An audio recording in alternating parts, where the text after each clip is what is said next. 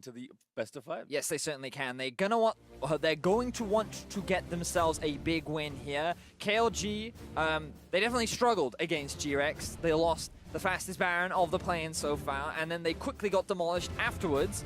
And then for Gambit, they had a little bit more of a fight up against G-Rex. They found a couple of good picks, but unfortunately they kept trying to put themselves into fights that they just couldn't win. So I'm hoping for Gambit they don't pick that much scaling this time around, because we know that, or expecting KLG to be able to play through the early game. And I don't know if Diamond Prox will track Tearwolf as well as Empty was earlier in the day. Well, we'll have to see. Of course, both these teams, despite their junglers having slightly different styles, are going to be relying and looking to them in that early game. But bans are done. To quickly recap, Skarner, Varus, Camille, Aatrox, Poppy, and Rakan, which leaves first pick Alistar of all things. Interesting. So they want that engage on the side of Gambit. I feel like with the Braum nerfs and with the Tahm Kench nerfs, Alistar is just kind of considered the strongest support right now in the current meta. Morgana has been considered kind of one of the answers, but Braum is one of the kind of go-to. This will leave the Akali open. So our first Akali of the play-in stage. I'm excited to see Plugo on that. And KLG going to lock themselves in a very early AD carry for Fix. So a bit of a shift from what we saw earlier, where they kind of locked in the Xayah Rakan against G-Rex, got themselves a strong 2v2 down the bot lane, going for a bit more of a scaling this time around. Excited already with how this game is shaping up. Nice to see Akali there. And I think Plugo is a player that for KLG, even MSI this year did look quite impressive, had some strong individual moments, so is a player that can carry for this team. And like you mentioned, Kai'Sa, always good to get. But I like this as well. Kind of a change up in what I assume is jungle, especially with that Galio picked up. Talia here for Diamond Prox. Looks like it. And definitely a big change up for Gambit this time around. They put a lot of focus on Gragas, Tristana, and Ornn the first time round. And this does mean that they've now gone for more of a side lane threat. So I don't think they're going to be looking to play through mid when you have a Talia who's great at roaming around the map, and you compare that up with the Galio as well, who is also great at roaming around the map. It kind of says, hey, we want to roam around the map. Yeah. Well, where do they go? They need maybe top and bot lane to be completed. They did also give over Urgot to KLG as a result of how they approach this draft, and actually will ban Tristana here. So again, maybe expecting Gambit to be giving Lodic some comfort. I like the fact that the Urgot pick is picked up for KLG. I feel like that they've just got themselves a lot of strong champions. You know, Kai'Sa, Akali, Urgot, kind of considered 3 of the strongest champions in the current meta. And while Akali did receive some small nerfs on patch 8.19, she's still very lethal. In the first couple of levels, you can look to kind of punish her, given that she doesn't have the best wave clear and she doesn't have kill threat. But the moment she hits level 6 against most mid lane matchups, she does have kill pressure. And while the Galio can kind of mitigate that, he is still a melee mid lane mage that can suffer a lot of harassment from Akali. And before he's able to build some magic resistance, he needs to be very careful. So I wouldn't even be surprised if we saw KLG go for something pretty aggressive in terms of the jungle and just look to hard camp mid in the early stages of play. Yeah, I think certainly a strategy that can be effective. So 2 jungle bans as a result from Gambit, Gragas, and Olaf taken away. This would also be a pretty good aggressive look in the bot side of the map. I'd be very surprised if they went for Pyke, because the thing about Pyke is he's great at roaming around the map, but Kai'Sa's not the kind of champion you can abandon in lane, because then she's the one that's going to get dived. So I think Braum makes a lot more sense, much better, and geared towards team fighting, which is where Kai'Sa specializes in, and it's a good matchup into the Alistar as well. So now if you're looking at Gambit, I'd love to see a bit of a carry from Stasios. During the regular season, he played a lot of things like Gangplank, Aatrox, he liked Sion as well. Like, he had a pretty deep champion pool, and with the way that things are going, I feel like that we are going to see more of a carry-style champion towards the top side of the map. I like this as well. Lodic going to take the Lucian and try and get aggressive in their 2v2. And like you mentioned, maybe Stasios going to change it up away from the tanks and perhaps onto a fighter, as Darius is going to be hovered. I don't know if I like Darius into the Urgot. One of his big issues is closing the gap with whoever's in front of him. And you got to remember that while Urgot isn't the most mobile champ, he does have that dash, and he's got a pretty fatty slow on his Q as well, so they're instead just going to go for more of the kind of lane-dominant tank in Sion. So the damage is a little bit low, but fortunately they do have the Talia in the jungle and the Lucian as well, so solid early game damage, and you are very much setting up for kills around the bottom lane. Like, you are looking for dives, you have Alistar who's great at tower diving, you have the Galio ulti to act as support, and Gambit definitely much more of an early game focused comp. Whereas KLG, they kind of have elements of scaling and also elements of early game. You know, at level 6, Akali plus Kindred, devastating 2 versus 2 duo, and you can just blow up that Talia before she can even move. But at the same time, this team doesn't have great engage tools, and they don't actually have many options to start fights off. So for KLG, I expect a lot of focus around the middle lane, trying to get the Akali head, working together to try and get this assassin snowballing. However, for Gambit, it's all about bot lane. Just camp that bot lane. Once you hit your ultimates, look to try and dive, get your team comp ahead through the bottom side of the map, and then use your early pressure to snowball into a solid mid game. So definitely big changes from what we've seen so far earlier in the day, and the question is who will be able to better execute upon their new draft style. And again, a very important game for both these teams as well.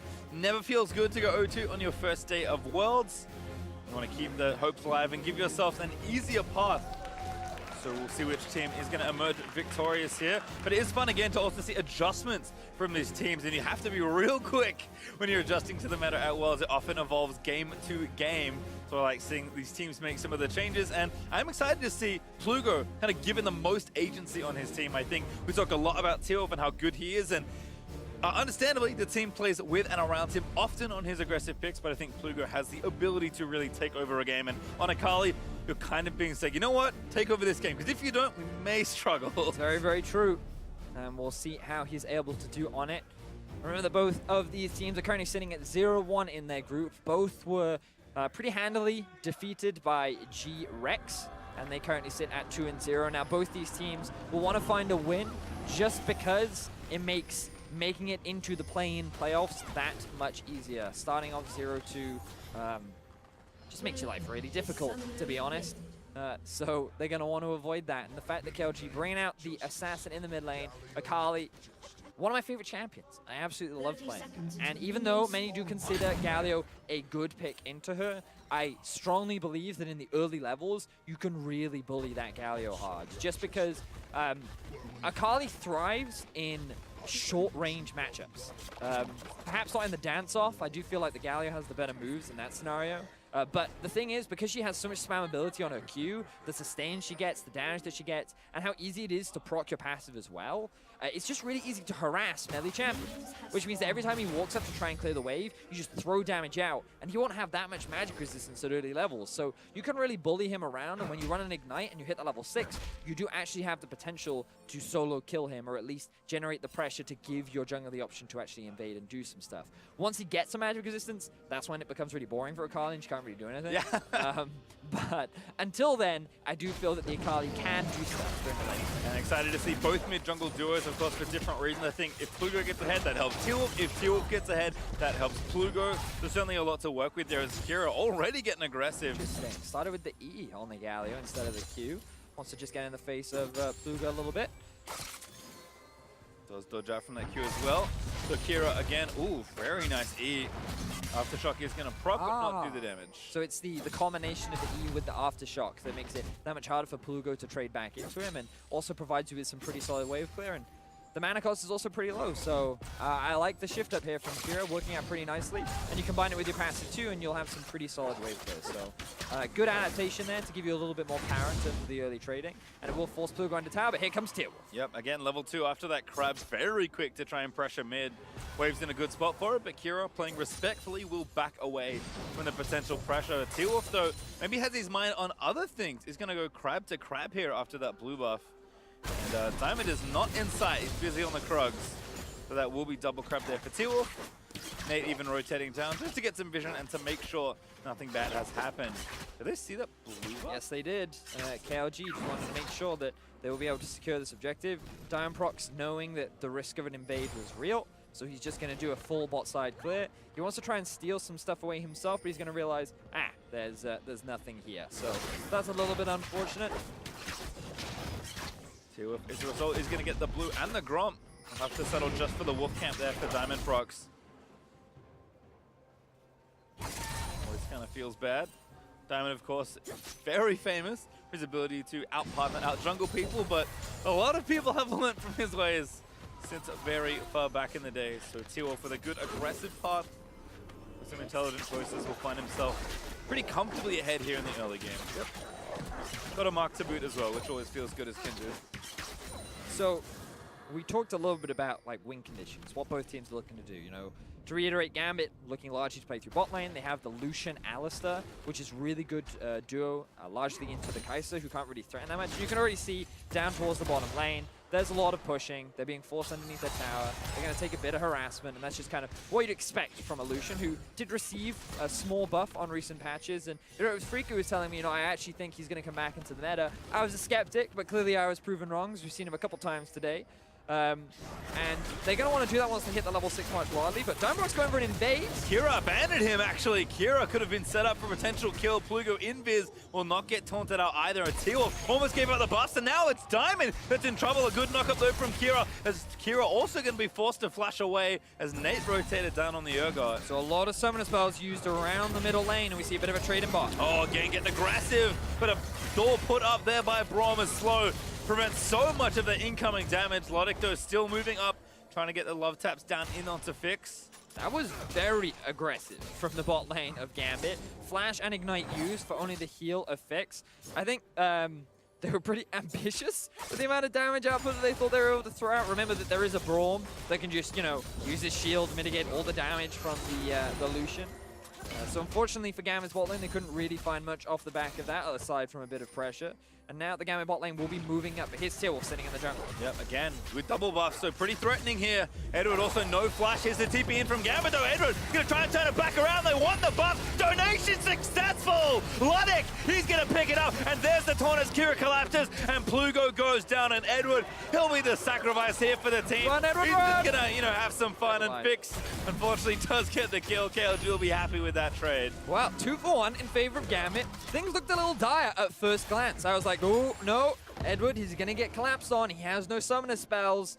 And KLG are all there, coming in from all angles. But the damage from Gambit and the response time as well was just absolutely fantastic. As this replay will be brought to you by Ace of Predator. You can see immediately the teleport comes in, and Lodic and Edward just have so much damage, and there's no flash from T-Wolf, which means that they're able to quickly get that kill. Plugo then gets abandoned because he's in a 4 versus 3 situation.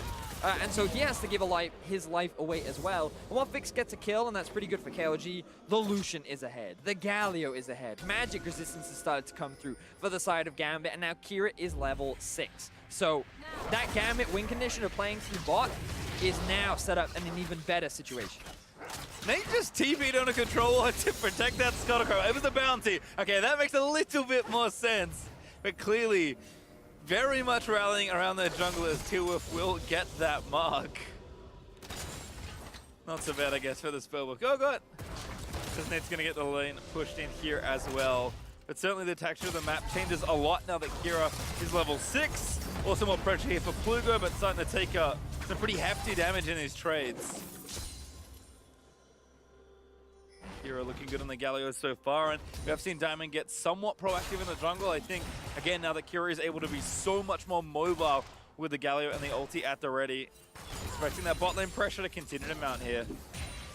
And you know, coming into this matchup, we were going to talk a lot about the 2 junglers and the differences and how they will be really important in this matchup. And you think back to their series throughout the day, and they didn't have the best of performances. You can see that in terms of their KDA, it was pretty low. Their team jungle proximity, T-Wolf did spend a lot of time around his laners, but wasn't really able to pull much off. And unfortunately, their goal differences were pretty low just because they fell so far behind G-Rex.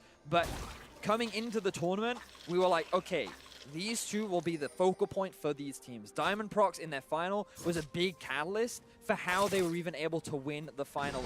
If a play is going to happen, it happens as a result of Diamond Prox, for the most cases on the side of Gambit. And for KLG, it's the same thing for T-Wolf, except in the early game. He's all about early game aggression, finding kills, trying to snowball his lanes. And if he's not doing that, then KLG often struggle. But they're just so good at finding early leads. You know, Shock said the stat earlier, 90% win rate when they have a lead at 15.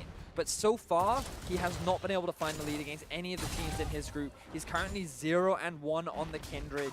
And every time he tries to make a play, teams, well, like Gambit and G-Rex just seem to be very good at kind of denying that and shutting that down. So eyes will continue to be on T-Wolf to see if he can find some kind of early game comeback for KLG, but also for Diamond Prox. How often is he going to look to move around bot lane? How well can he utilize the already strong load?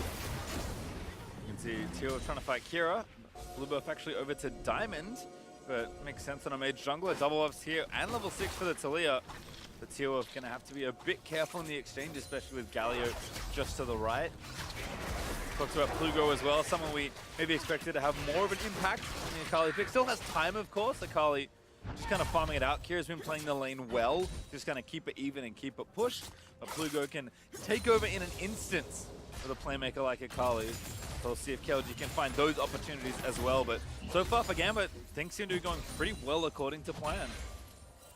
Everything looking pretty good for them, and it's one of those situations where the scaling isn't the best, right? When you kind of compare it pound for pound, you kind of think, okay, Kai'Sa, when they have 3 items, I kind of give the edge to her as a champion.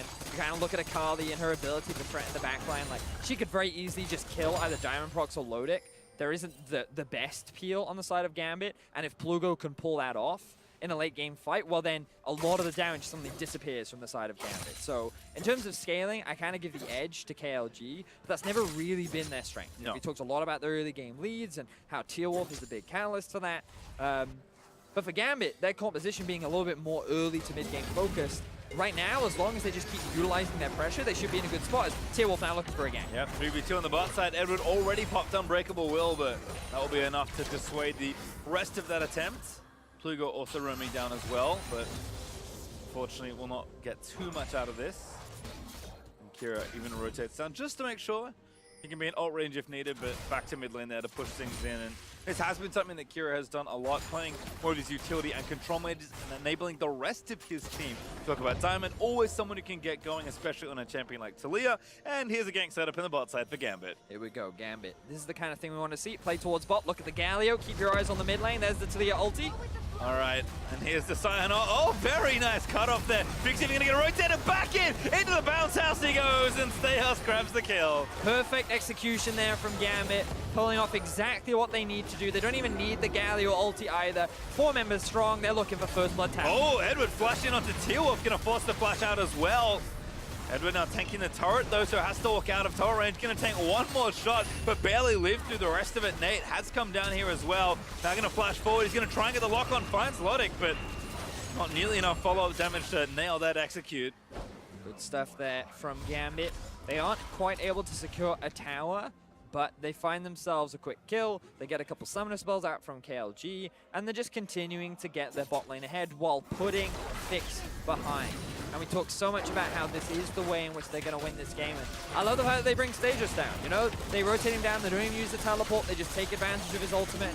Sure, he loses out on a bit of farm, but his win condition gets gold, and that's ultimately what matters. And this is such a big difference from the Gambit from earlier, because my biggest criticism for them was they had a composition that scaled, and they kept trying to force a team that was that much stronger in the early game, and they weren't able to do it. So this time around, you can see strong early game comp, able to pull out in the bottom lane. Slow is like, there's nothing I can do for you, so I'm outie. And then he just leaves his AD carry to unfortunately die. He did have his summoner spells, I think, so he could have flashed out from that, but ends up not doing it.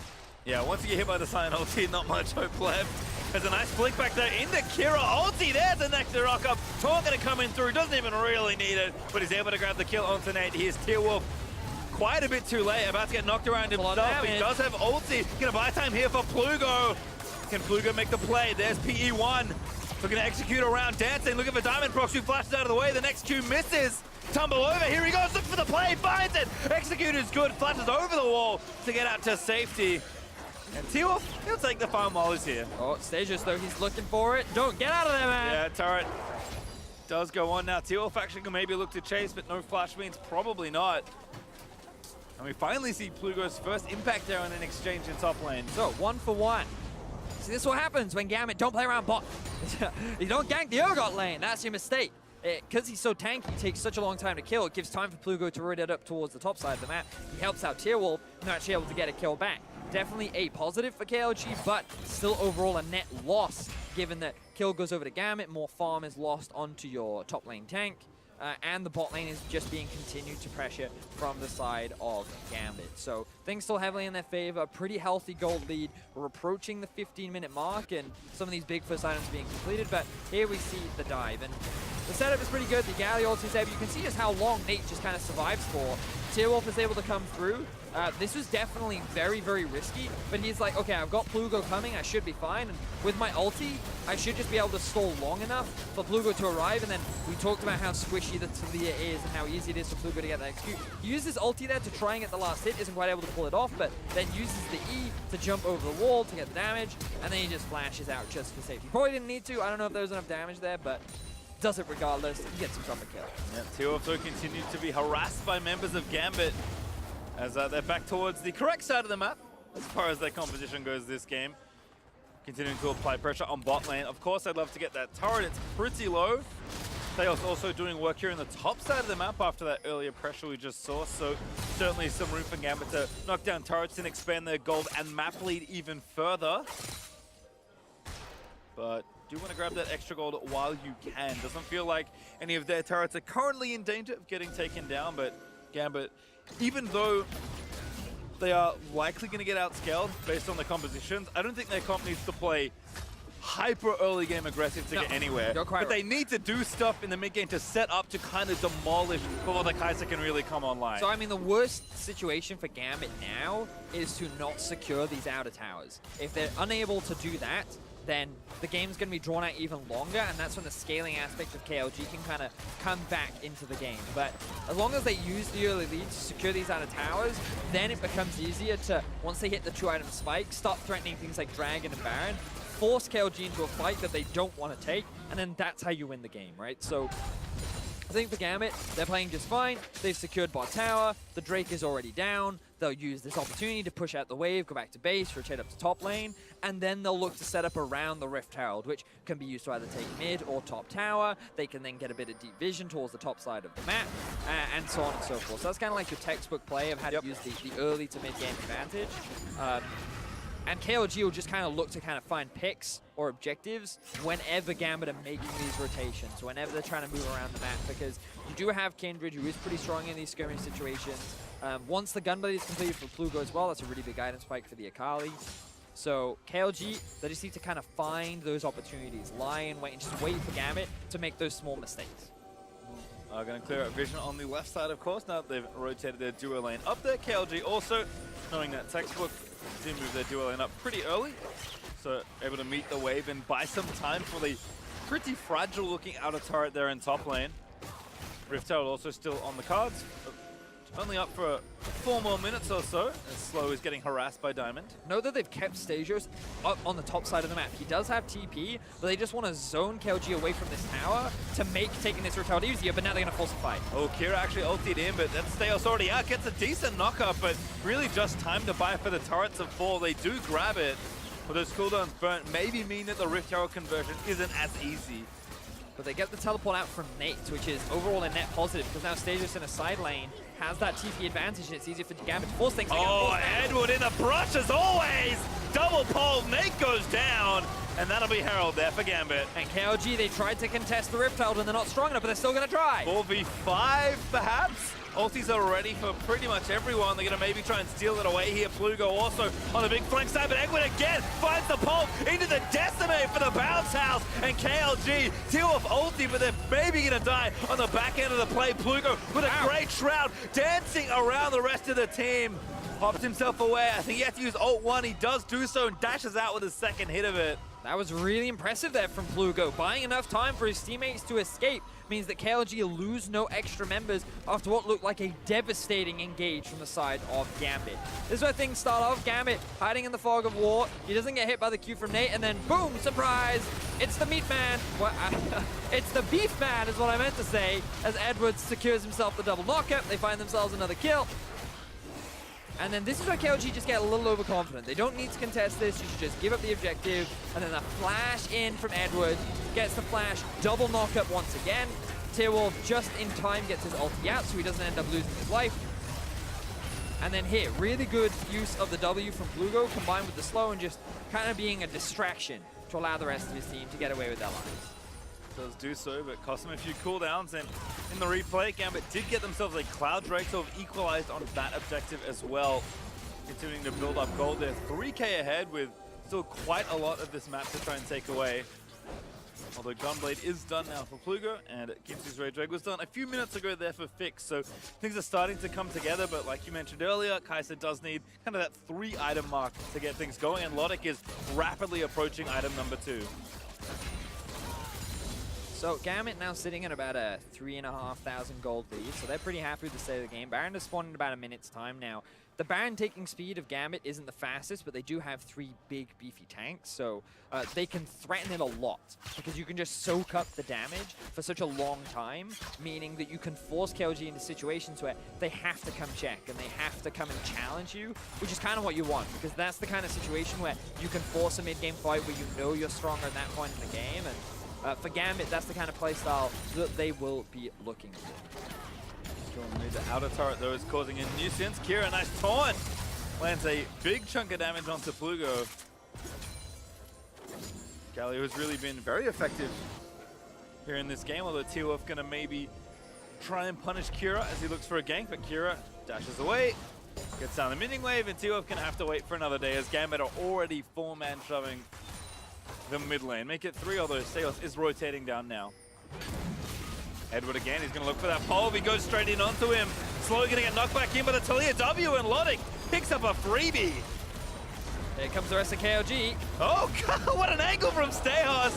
He's going to force T-Wolf's ult. He does get the ultimate down, but T-Wolf pops over the wall to safety. Plugo, though, going to run out of Shroud. There's Edward looking for it, but Nate buffer the dash through after the pulverize and does get to safety, but still Stayhouse charging up. Flick back from Diamond is going to land and force the flash out of the Urgot. Gambit just continuing to find cooldowns here, and they will take the turret as well. All right, Gambit looking pretty clean after finding that pick onto Slow and just steadily backing away while chipping out on the members of KLG will secure themselves the final outer tower that stands in their way.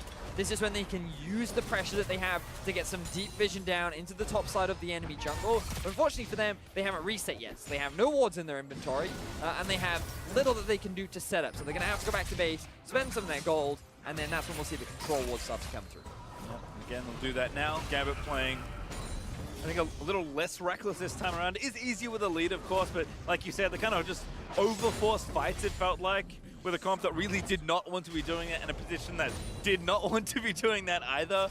But I think this comp, much more Gambit style, they can force through mid-game, look to build up a big lead and win in the way that we did see them win so much this year at MSI. And it was interesting because had the opportunity to catch up with Edward and kind of the state of the team, and he said himself to not put high expectations upon Gambit because the team has had a very, very busy split. They kind of straight after MSI, they went into a boot camp and they went back to the regular season, and then they had Rift Rivals and they had other tournaments, and then there were more boot camps, and coming into Worlds, they were just kind of like, yeah, we're pretty tired. Like, they've played a lot of League of Legends over the last couple of months, and I feel like you look back at their first game, and that was part of an indication of that, right? Where the team wasn't fully aligned on how they wanted to approach the game, had to execute upon their comp, but after that defeat, I think it's just a very quick and easy wake-up call, being like, okay, we realize what we're doing wrong, we realize how we need to change things up, and if they want to fight, if they want to challenge in this early game, the draft towards it, and that's exactly what they've done. They're trying to enable one of their strongest players in Lodic, currently sitting at 203, really healthy farm, completed 2 items, and overall, they're looking like very strong in the mid-game, which for Gambit is kind of where they thrive best, because kind of utilizing the pressure that they have is one of their strongest suits, and was kind of the situation that they found the best leads during the regular season of the LCS.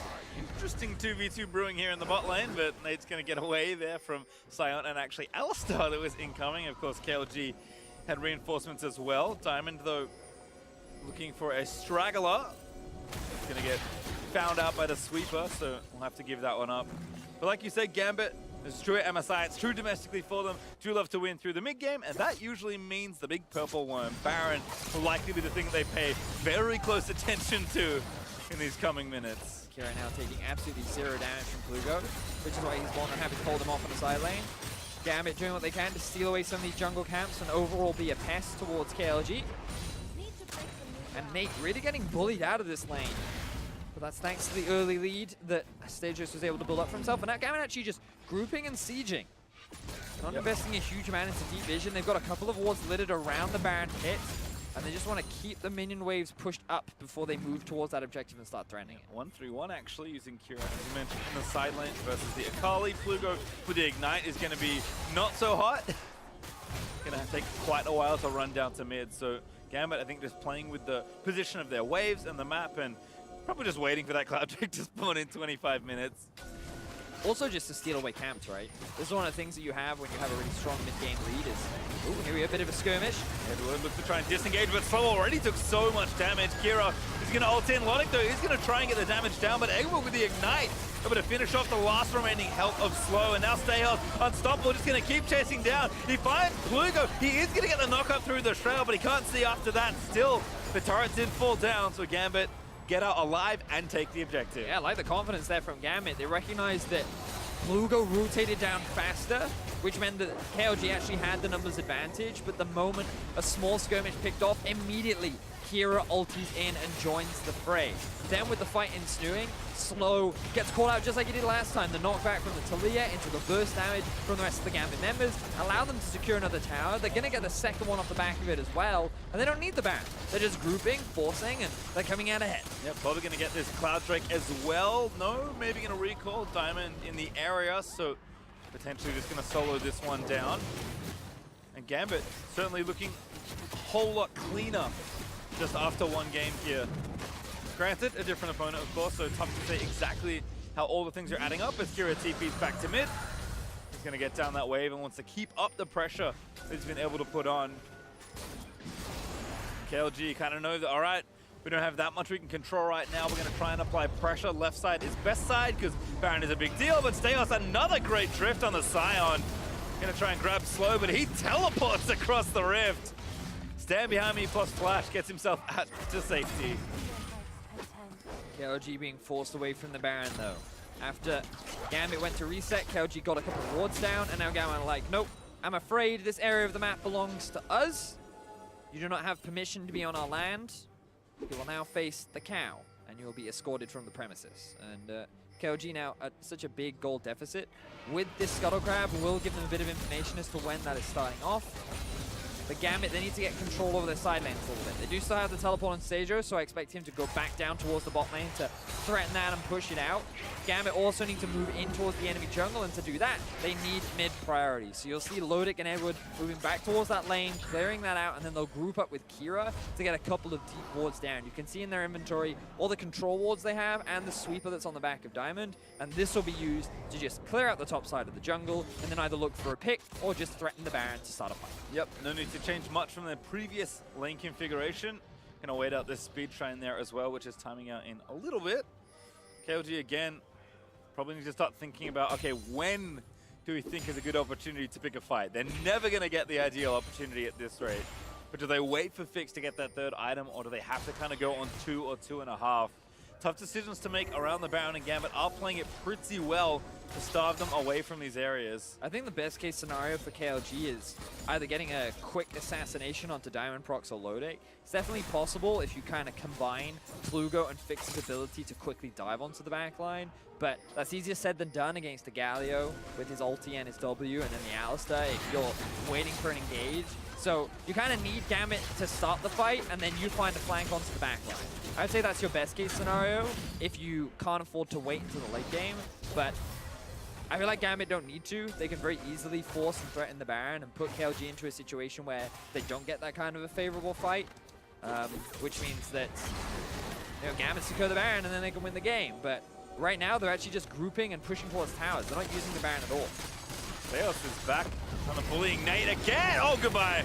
T-Wolf, you had ulti and flash, but apparently didn't use them. Gambit demolished the poor jungler. I'm going to take the turret as well. Whew. Looks like Gambit are having lamb for dinner as they found a very quick kill onto Kindred. T-Wolf drops, which means another tower falls as well. The jungler being gone means that the Baron can be started off. I can't even really blame T-Wolf there either. Whatever happened so fast. Yeah, it was super fast. The CC from Alistar was more than enough to get the quick kill.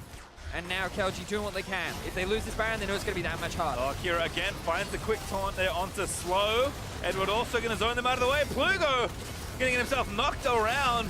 Gonna get restun there as well after the trample. Kira over. He's gonna zone them all out. That's an easy Baron there for Gambit. And Kira actually gets a knockup. Kind of solos up Plugo as Steos drifts into the jungle to try and take down Slow Fix. He's forced to flash away, but Lodic is gonna chase him down. Slow likely gonna die, does dash to a mini with his W, and now Fix forced to burn his own killer instinct, but Lodic just runs him down and takes him out. And that's 2 members dead now for KLG. Gambit, they've looked convincing throughout this entire game. 28.5 minutes, they have 2 minion waves pushing in, and they're looking to secure themselves 2 quick inhibitors. Yep, top is gonna be forfeit pretty swiftly. T-Wolf's back, trying to defend, forced to flash away. Kira, he's gonna make him pay. That taunt just clips him and he dies again before able to use that ulti. And now a double knockout finds Slow and Nate retreating back towards their fountain. And Gambit is going to look to take down these Nexus turrets. Almost playing with their food as Egwin is knocking people around, but they're just buying space to take down these turrets. Nate knocked up, Righteous Glory is in, and Kira dashing back around. Edward again re-engages on the Alistar. Plugo, a last-ditch effort with a big flank here, trying to find a snipe in onto a carry, but Lodic will dance around. The rest of Gambit will protect him. Plugo actually does find the shutdown in onto Lodic, but I don't even know if that's enough at this point. The Nexus, it is exposed. KLG will try and fight them off, but Kira, he finds a great kill again onto Plugo, and the Nexus will fall down. Gambit, they really clean it up, and they'll even things out on day number 1. They will hold the 2nd place in this group for the time being. Gambit looking much better compared to their earlier game. Which will certainly give Gambit fans a little bit more confidence as they go into their rematch against G-Rex, who looked very good after today's performance. But KLG feel like we just haven't seen from them what we expected. Early game aggression was kind of the expectation that was built around this team based on how they play in the early game, how they play during the regular season and in their region. But they haven't been able to do that. They've been shut down multiple times in the early game. Their drafts are a little wonky, a little all over the place. It doesn't feel like they have very clear win conditions. And unfortunately for them, they are now sitting at 0-2 in this group, which will definitely make the climb that much harder, but still possible. They will have to find wins against both GRX and Gambit on day 3 of the playing stage, but definitely things looking rather challenging for KLG right now. And again, it is a quick turnaround, but I think all the teams that have played today can take a lot of learning from this. Again, no one really knew what people were playing except from whatever they got in scrims. I think things will develop pretty rapidly, as they often do in the early stages of a tournament.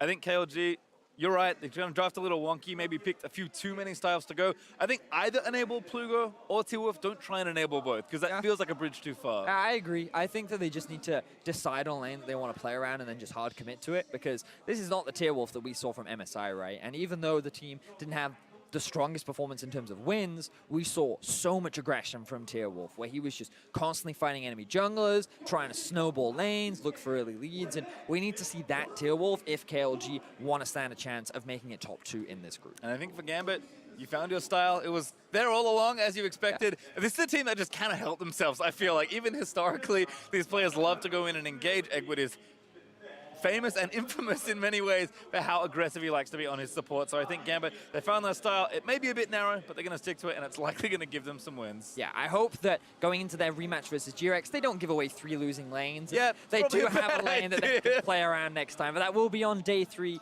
We have the other 2 groups playing off, but that does it for us today, basically. Well, certainly at least for us, but now to break down this and every game from day 1 of Worlds, it's time to turn it over to Worlds Cooldown.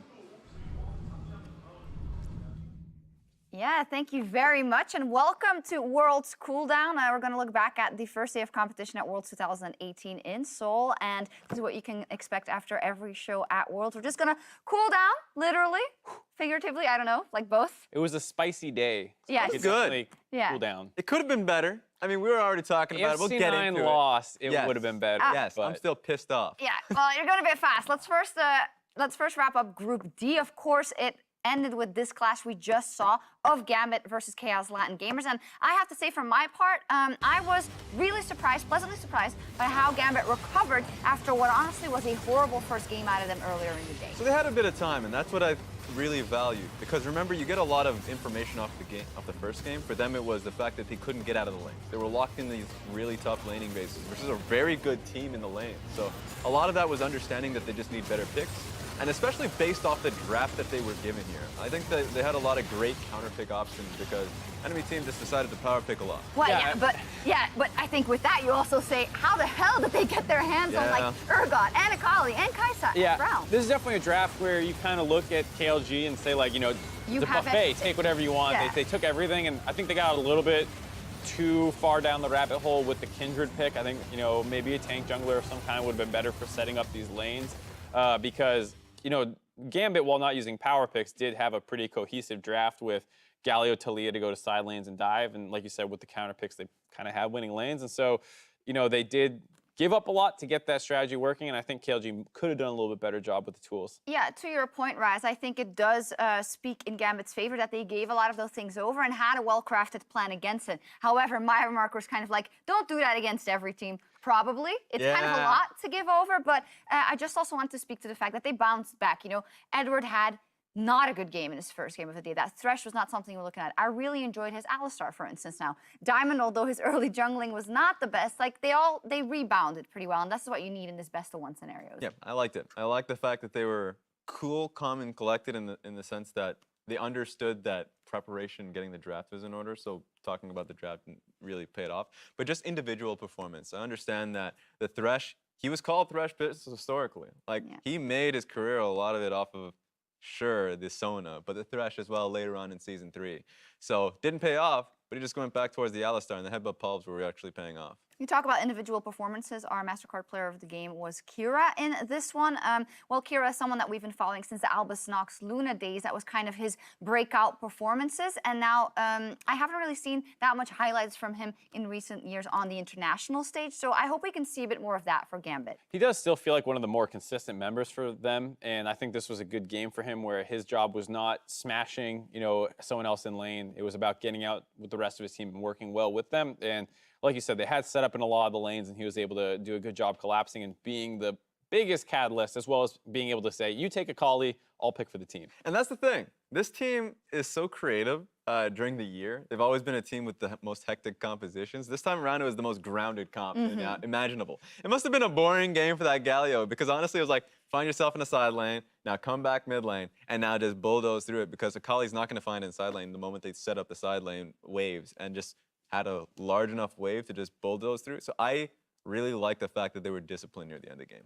Yeah, I think that's what sometimes is lacking from them, is not being disciplined enough, so it was good to see. Yeah, it was. So if we then tally up Group D so far, Chaos Latin Gamers left without a win, 0-2, Gambit at 1-1, and G-Rex, the surprise of the day, I would say, for many, maybe together with Detonation Focus Me, 2-0. Now, G-Rex is the 3rd seed coming out of the LMS, and they definitely surprised me. They came out swinging. They had fantastic early games.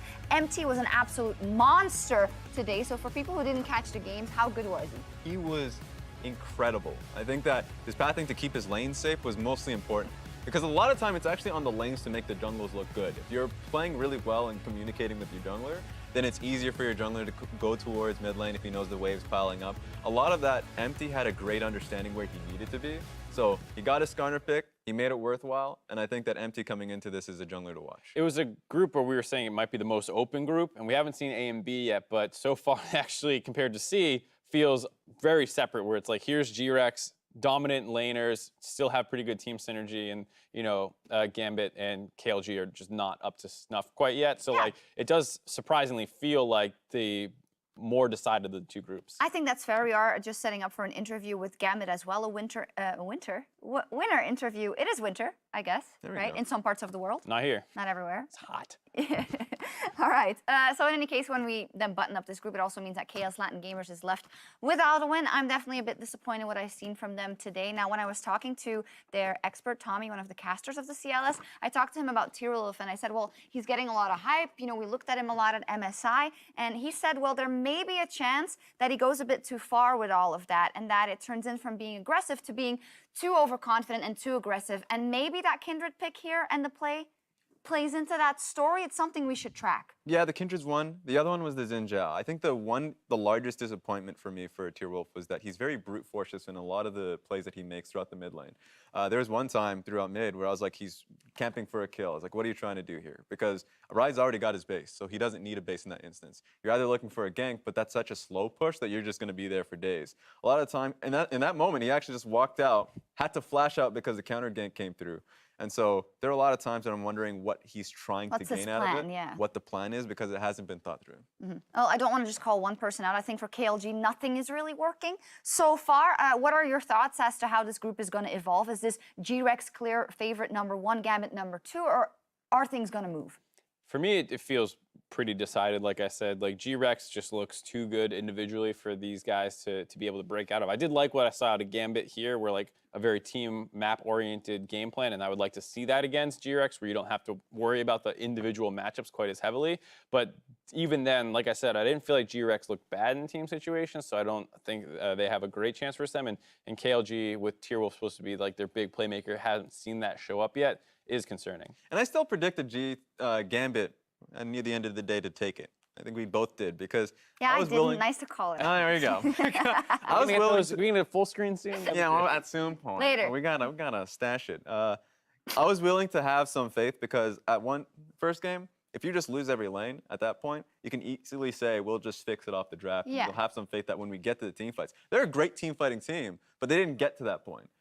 So now they had the opportunity, recognizing that, sure, the 3 incredible power picks were there, but the Akali has a lot of weaknesses. A lot of people just, I know in the LPL, a few teams just decide to give it away just because they know that they can either push into it and play through the 2v2 mid and go bot, or the Galio and just team fight it, because a lot of times Akali just doesn't have clear split push conditions. So that's the major takeaway, is that it's very difficult to play with an Akali once you get to those team fights. Is that the main takeaway for KLG as a whole? They need to recognize that lane phase is nice and all. There's a lot. They need to think about team fights as well as the power picks. There's a lot of things. The power picks are one point. The picks are one point, but also just a lot of it is just the subtlety in how they play. The vision control isn't very thought through, and support jungle are not really working. Basically, you say they have a lot of work to do. Well, Yeah, we'll see them in day 3. Yeah, Raz is like, okay. There's a lot. So let's then move on to another team where there's a lot of work to be done. Just kidding. C9 in Group C they are reigning supreme so far. They are 2-0. That Nation Focus Me is currently in 2nd place. But man, was this dicey. If you guys didn't see this game, there's a bit of a spoiler, but Marksy, break it down for us. What happened here? Well, it was a game where they tried to branch out a little bit more. Usually when they take things like the Kindred, they want to combo with a control mage mid or a Galio or something. That didn't happen, and then apparently there's a chance there might have been some bad information. I was talking to Jat, and he said that he saw a tweet from Westrice where he said that the Kindred ultimate can be used. Who is on the support staff for C9, right? He's the assistant coach for C9, said that you can use the Kindred ult while getting ulted by the Urgot and stop his ultimate. And then he deleted that tweet. He had a response to that tweet that is still up, which says it shouldn't work that way, but it does. So I couldn't find the original tweet because he deleted it. I couldn't confirm it So myself. you're saying, just to be clear, that there was faulty information coming from the C9 support staff as to how that interaction works, which is probably because everyone's pitchforking Blabber for what happened in that game in the beginning. So right. In the interview, he actually said, I was tanking them. Like, intentionally, it sounded like getting into fights with Urgot to bait the ultimate out, and then he would just get ulted and killed because you can't drop it during it. So I don't quite know what they thought happened. It's nice if you get a QSS and then you can ult whoever Urgot ults and save yourself, but they didn't prioritize the QSS. Yeah. The accuracy of the Urgot for me was just stark, because he was hitting him every single time. I think Urgot ulti, it's really making a name for itself in terms of how often it's being missed. It's compared to like the Verisalt. But this time around, it's been hitting Blabber multiple times, and he wasn't going towards the QSS. He wasn't prioritizing it, obviously. Got a 3rd item, and that's a pretty pricey build that he actually got from But in the end, they got it, and Cloud9 turns it around.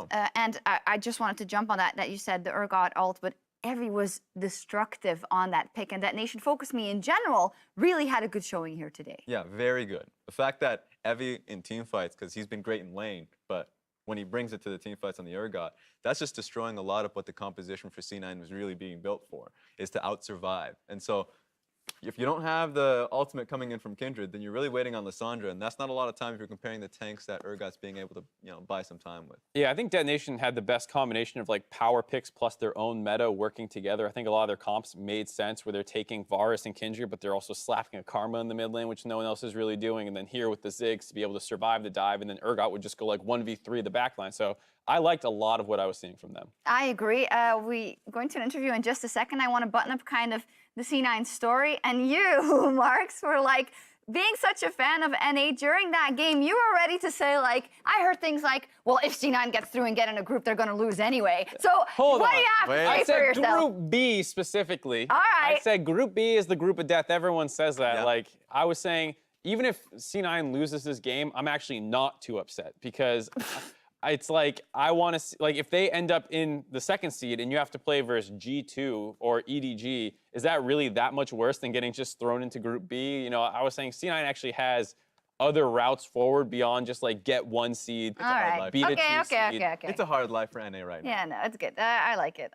Just wanted to throw you under the bus No, a little bit. I Yeah, love- we're just I love getting to being know under each the other on the desk for the first time. We need to throw out some punches. However, I'm going to deflect because we have Ovalie standing by as she caught up with Diamond Prox after their win.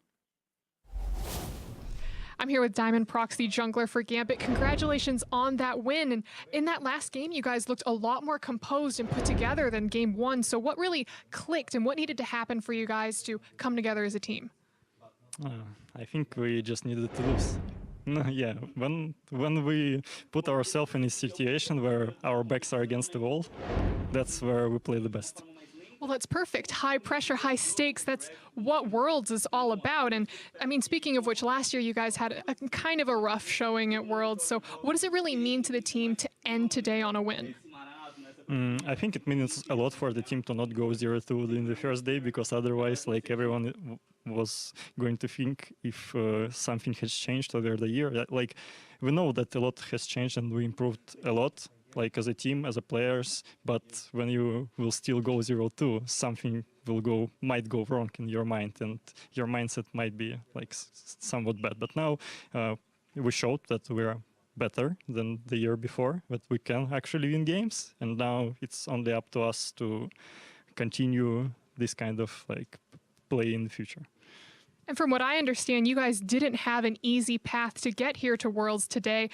So what really was your journey like to kind of achieve Worlds? Oh, it was a crazy journey, actually.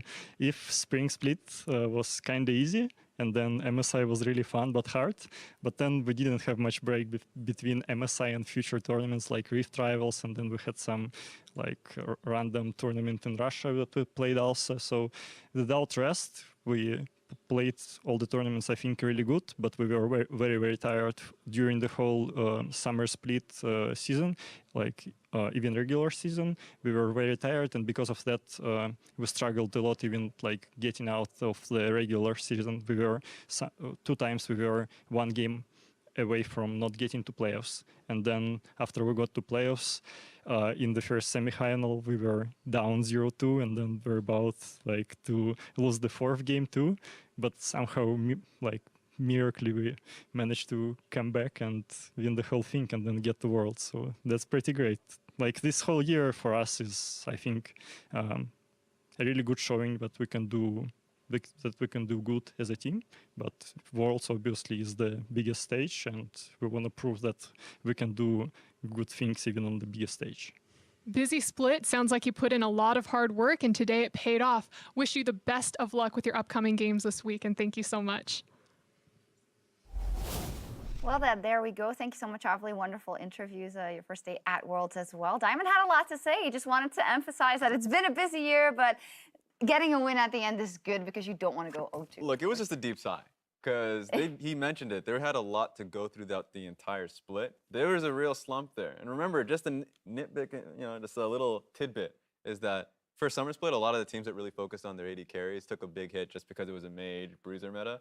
And so this was a big problem where they really focus on the young gun and Lodic. And so when a lot of that's not going to plan, they have to change their style or really just power through. So a lot of that was hitting them at the same time. All right, let's take a look then at the standings with that. Gambit saves their bacon a little bit and goes 1-1 in the end in Group D. G-Rex is there reigning supreme, KLG without a win. And then the tally up for Group C, Cloud9 2-0, Detonation Focus Me 1-1. And Kaboom, we haven't mentioned them yet, went 0-2 today. They opened up the day by losing to Cloud9 and then also lost to Detonation Focus Me.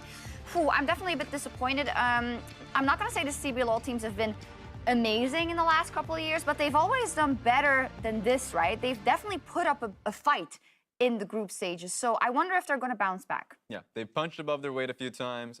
Better than what's happening here. I think this is a major upset between LJL and CBLOL, the fact that this has happened. That being said, they've had great nuggets, like the fact that the laning phase has been good in one of their games, and I thought the team fights have been back to forward. It's just the result is what matters. And so for them to lose a lot of these crucial team fights is just not working out for them in day one. It's definitely disappointing, but it's nice to see for the LJL on the flip side, because they've been one of the regions that at MSI play-ins and world play-ins have always come up not just short, but like usually on the bottom. And it's nice to see them finally starting to climb that ladder, which is what you want to see out of emerging regions. Absolutely agree. Fantastic job by them. Let's also take a look at our predictions so far. They were horrible from my side, at least, I think. I think I did all right. Let me see. I got one wrong. Two correct. Oh! Right. It's almost as if me and Mark literally just went through the exact. It's almost like you guys are actual analysts. Yeah, that and so I was like, I don't know how, but like whoever I'm doing predictions with, we always end up pretty similar. Like Jat and I always have the same predictions, it feels like. Now Raz and I apparently. It's fair to say also that I think a couple of things did go against expectation. We all got that Kaboom one wrong because we thought they would come out a bit stronger. And then Detonation Focus Me surprised a lot of people. So I wasn't sure Gambit was going to bounce back. They did. So a lot of these are really clear-cut groups too. C and D felt like it was going to be very easy. I think the major surprise, as you already mentioned, was Detonation Focus Me coming out ahead. I hope we get more of that. I just hope that the next time we get something like this, they can finish the game. You know, Elder Dragon, so Baron, just get it. It's unfortunate. Well, that happened didn't for Chance in 2 days against C9. Yeah, I think in hopefully. general, it's cool that the groups aren't exactly playing out as clear-cut as you think. Like G-Rex coming out so swinging is throwing that group a bit into disarray as well. So will be exciting to see how that evolves. Yeah, even just their first win over Kaboom is just like, this is what we were saying, you know, you want to see out of Worlds is that things don't go according to plan. That's what makes it the most exciting point of the year, is that all these kind of bubbles that are isolated from each other finally start interconnecting and nothing ever sticks to the plan. Yeah, great plan, and also some players. Great plan, great point. Nothing sticks to the plan, but our MasterCard players of the game did follow the plan. So we have a couple of those. In the first game, we saw C9 Licorice pop absolutely off. He destroyed Kaboom almost on his own, right? So I think even though he had kind of a questionable Lissandra in the last game, I think he deserves praise for his World's debut on day one. Definitely a fighter player for the most part, does play some tanks. Lissandra as a mage, not exactly his specialty, but you saw what he can do when on his comfort picks and absolutely destroyed in the first game. Star of the day, Empty from G-Rex. This guy, yeah, he absolutely deserved. He set up everything for that team, and they had two very convincing And wins. remember, this team was the one that had a lot of questions about their jungle position. They couldn't bring in Raze, the Korean jungler, because they already had two in their roster. And so Empty should have been, like, between him and Bebe, they bought in both of them, one of the weaker ones. But I thought the last series that he had in the Gauntlet tournament was very strong. So they gave him the shot, and he's already just, it's paying off. I'm saying thank you for that spot. And Yeah, there we go. I'm going to take it. Canadian born as well, so there's a total of 4 North American players on that board. All right, so tomorrow there's, well, more games, 6 more games, and also 6 more teams making their World 2018 debut. Groups A and B are going to start their run. Oh man, EDG versus Infinity, G2 versus Supermassive, Direwolves Infinity, Ascension. Oh man, this is so incredibly exciting. So let's talk about some of these matchups and some of these groups. I'm looking at maybe the first game. Let's start with that. Let's do chronological because I want to talk about G2 Supermassive. And I love the fact you're doing that because EDG, 3rd seed from China. I really want to see more from this team because if we're talking about LPL specific, a lot of us, the analysts in the LPL, didn't expect this team to go through. We expect them to be 4th/5th, you know, top team in the LPL, but they, at the Gauntlet tournament, beasted through Jingdong Gaming. went straight through Rogue Warriors. And while these names don't mean much to the audience, that just showcases that they were really bursting out at the very end off the carry pick of iBoy, really paying off in his Kaisa pick, Scout doing really well on his Rise.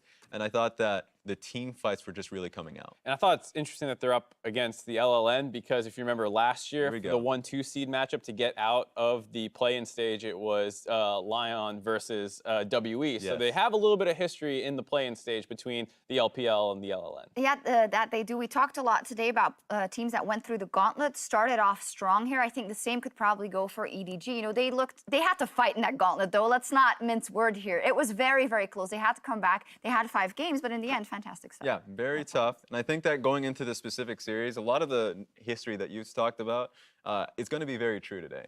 The fact that, or at least tomorrow, I suppose, the fact that they're going up against really tough, like great players. Koto Paco, the mid laner for the team, is a very strong Rise pick. So that's a shared champion pool between the two of them. They have a Rookie of the Year 80 carry down there. We're going to be talking a lot about him tomorrow. And so great 80 carries coming out of the LLN is something that we see quite often. Will be exciting. The last I was gonna say, I want to make a pun about Direwolves, like a wolf in the group or whatever. But anyway, Direwolves are the 3rd team in that group. So for me, it's much like a thing of like, okay, I think it could be pretty clear cut that EDG obviously gets first and then Infinity will show up strong. But I don't really know. Now with the Surenfire ban in the first couple of games, Direwolves look absolutely gutted. Let's be honest. That was the big problem is that Surenfire, before joining on Direwolves, you know, Direwolves were 0-4 or something in terms of like titles won, and then he joins and they win the next 4. Yeah. So you can see Surenfire was basically the catalyst for this team's rise, and then to lose him for the first 2 games in a group where potentially you could have upset the LLN is very disappointing. I actually had coming into this, because I was just looking at all of these groups, and I thought that Direwolves was going to be coming in as a 2nd seed. Even though Infinity is a great team-fighting team and they have some great players, the jungle position, Surenfire is very good. And he really directs a lot of the early game play and flow. So he's a great communicator from like hearing from the team. And the fact that they've lost an incredible team fighter communicator, has a lot in terms of the champion pool. Loses direction. A lot of the players now you're looking towards King in the bottom lane. Maybe he has to stop being a team fighter and slow early game player, and he has to go back to the old King. You know, someone that takes risks, because someone has to do that now if they have a chance here. Yeah, it's going to be rough. Maybe it's kind of out of nowhere. They didn't play without boundaries or whatever. We'll have to see tomorrow. It'll be very interesting. Before we go, though, just want to quickly touch also on Group B. Supermassive, Ascension, and G2 Esports. And G2 versus Supermassive is the first game we see out of that group. There's a lot of divided opinions, so I'm just going to let you guys kind of shortly state what you think about the 2 teams and how they're going to match up. Go first. Oh, really? Because I thought this was where Raz was going to go, and I was going to slowly shift out of frame. I can do it. All right, I can you do want it. to do that shot? Let's do it. Okay, let's going do to this it. camera? I'm going, where is he? One of these cameras, I'll find out how you're doing. So immediately, for me, when it comes to Supermassive, I think one of the best players coming out of it, one of the best players coming out of the group stage, the play-in stage, is legitimately Snowflower. I think they have some very strong players in the bottom lane. So just from that matchup, dot it out in your calendar, I think Supermassive is going to take it.